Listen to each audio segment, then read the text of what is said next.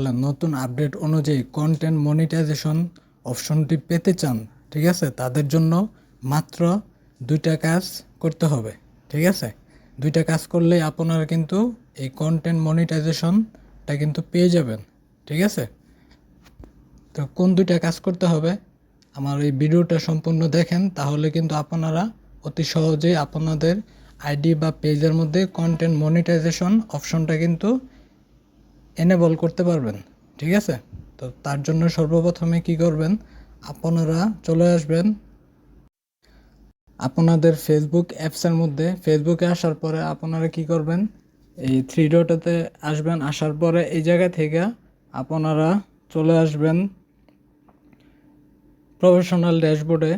ঠিক আছে, আসার পরে এই জায়গা থেকে একটা জিনিস চেক করবেন, সেটা হচ্ছে আমি দেখা দিচ্ছি আদার্স অপশন। আসার পরে প্রথমে আপনারা চলে আসবেন এই জায়গার মধ্যে প্রোফাইল রিকমেন্ডেশনে। ঠিক আছে, এটাতে একটা টাচ করবেন। টাচ করার পরে এই জায়গা থেকে আপনাদের প্রোফাইলটা একবার চেক করে নেবেন, প্রোফাইল স্ট্যাটাস। ঠিক আছে, এই যে টাচ করলাম। টাচ করার পরে দেখেন এই জায়গার মধ্যে কিন্তু আমার সব কিছু ঠিক আছে।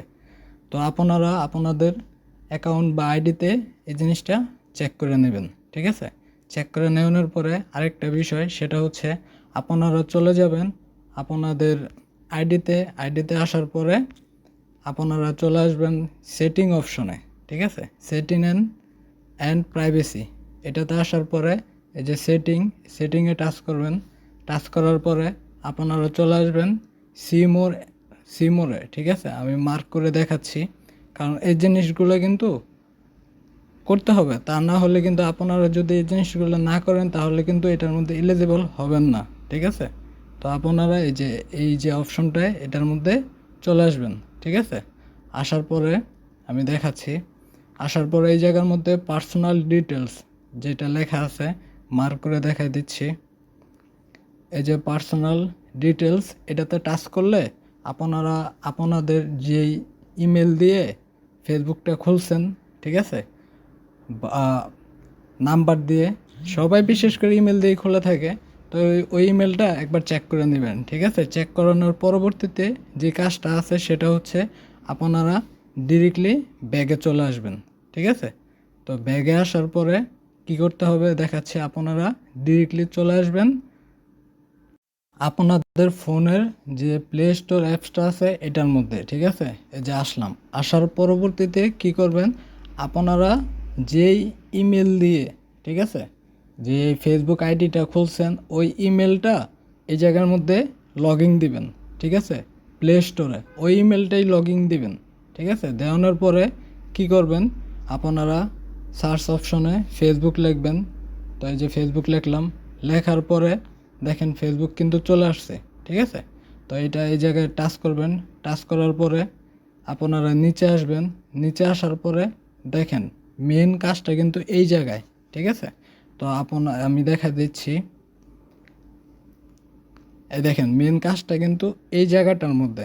ঠিক আছে, তো এখন এই জায়গার মধ্যে লিভ আছে, তো আপনাদের লিভ থাকবে না, এই জায়গার মধ্যে জয়নিং অপশন থাকবে। ঠিক আছে, আপনারা সিম্পলি এই জায়গাটার মধ্যে জয়নিংয়ে টাচ করে দিবেন।